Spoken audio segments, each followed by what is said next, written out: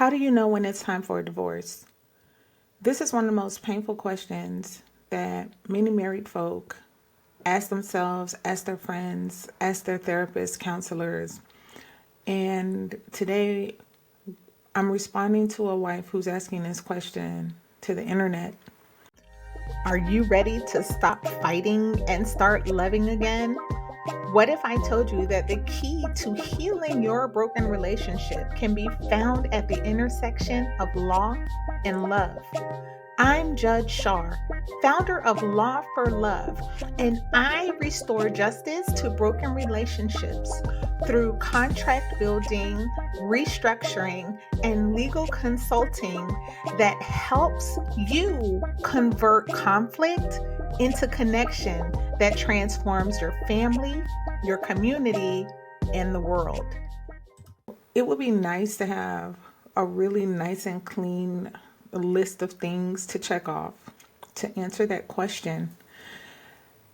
The issue really becomes more about what do you need to divorce within yourself that is interfering with your ability to connect and to show up with confidence in your marriage with your husband. One of the most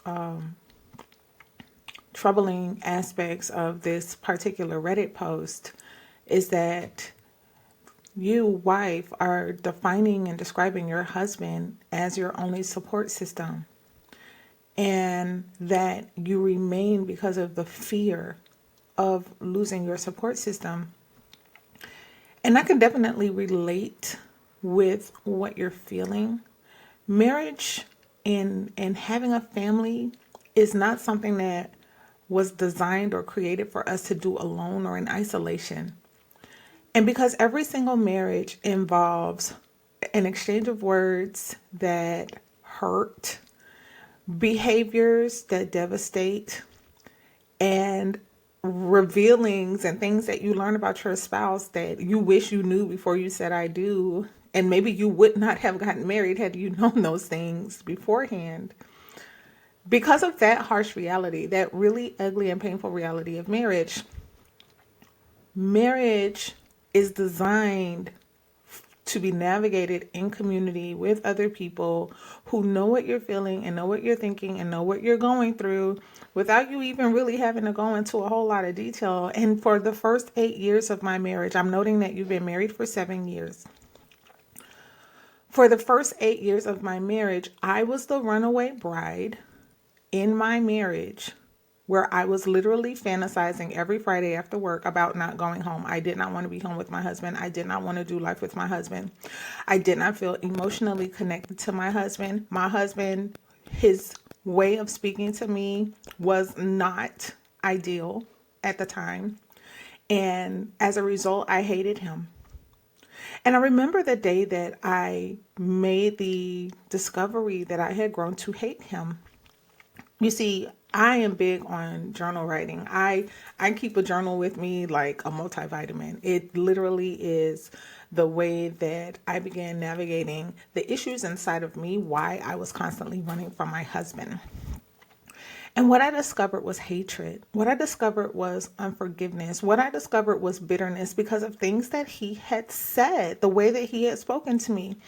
Even the way that I would burst into tears over a painful conversation, and he would just dismiss it like my feelings didn't matter and I was only seeking to be manipulative by crying.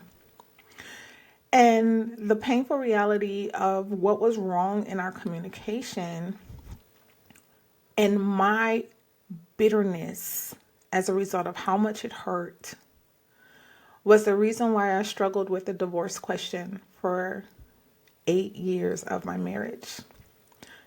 It wasn't until I finally just resolved the question that everything began to make sense for me.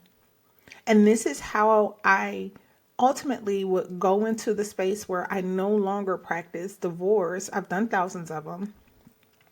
I no longer practice divorce, but I have joined the fight for marriage because of all of the patterns and all of the similarities that so many people have gone through divorce, I've witnessed from a front row seat in divorce proceedings.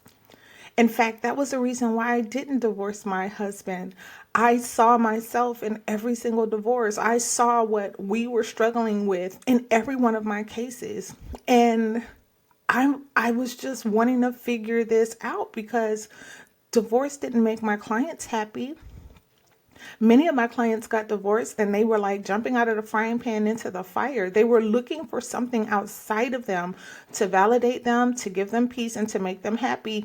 They thought the divorce would be the magic pill, only to find out that they were still stuck with themselves. And that's the journey that I took, and that's the journey that I want to invite you to take.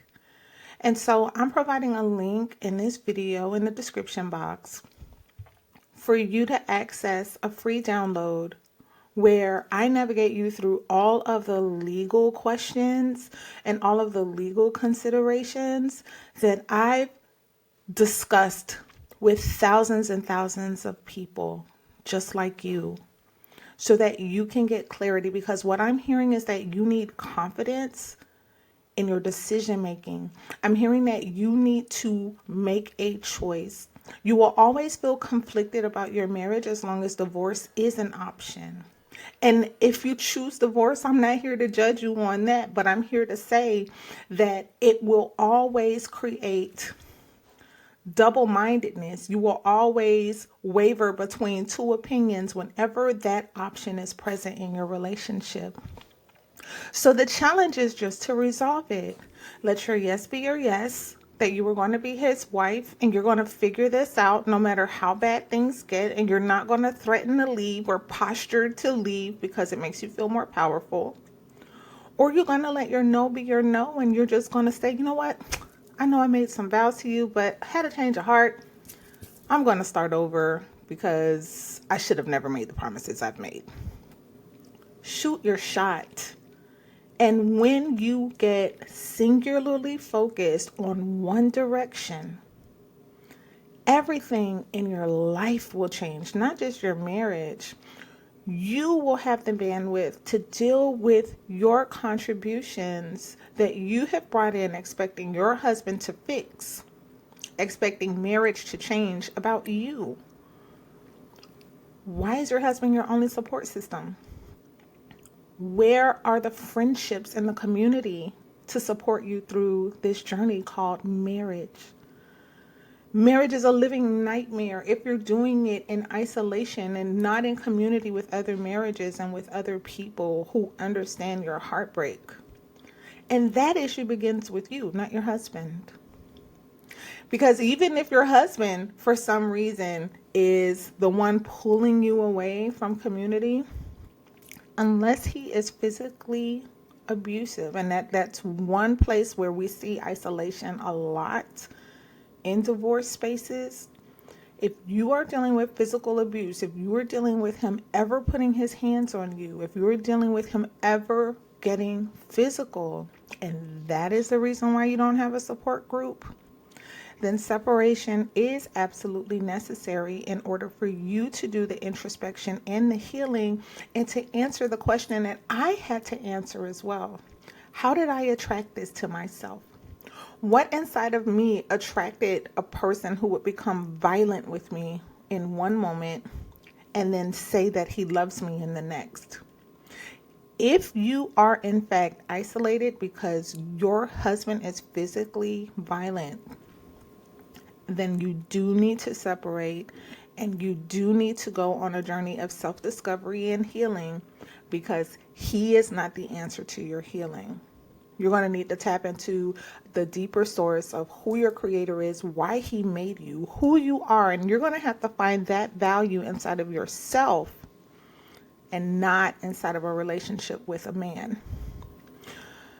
Please feel free to go ahead and download the free ebook that I'm making available for this conversation. I'm unpacking what I've given thousands of people to get clarity and to make their decision. And that's when I knew that my work as a divorce attorney was like weird, because the conversations that I had often left people to reconciling their differences. It often led the person asking the question to take accountability for their contributions to the situation and to go and make some changes that would actually improve the relationship. Sometimes you can single-handedly turn your relationship around. Not if you're dealing with violence. But if this is just some personality stuff, if this is just you living in fear and in anxiety, if this is just you having made him the center of your world and you haven't found any purpose or meaning outside of him, then the number one thing that you can do to completely change the atmosphere of your home and completely turn your relationship around is to begin holding yourself accountable for choices you've made that have allowed him to behave in ways that are not respecting or not valuing you as a person. That's all I have for now. And my prayer for you is that you find clarity. That what everyone else thinks and what everyone else says or what people are going to think about you, no matter what your choice is, that no longer becomes the issue. That the choice you make is consistent with who you are. That when you look at yourself, you recognize the person in the mirror and you value her for who she is, no matter what anyone else thinks about you. That is my prayer for you, that you will find you and that you will respect you enough to tell yourself the truth. And everything else begins to clarify and become more clear and make more sense for you at the point where you look at you and you love you and you be 100% honest with you. I hope this blesses you and encourages you. Please take a look at the free ebook and get answers to questions that people are asking lawyers all the time. It's great that you have a therapist navigating you through the process. Take a legal look at your considerations as well so that you can kind of have that 360-degree perspective on a really, really difficult choice. And I pray that you and your marriage find hope and meaning at the end of this road. Always remember this: the destination is love, and the journey is love. And it is love that conquers all fear and transforms our world. Hey, if you were blessed by this content, please like it, share it, and subscribe. Follow us on social media at Law for Love ATL. And we bless you and thank you for all of your support.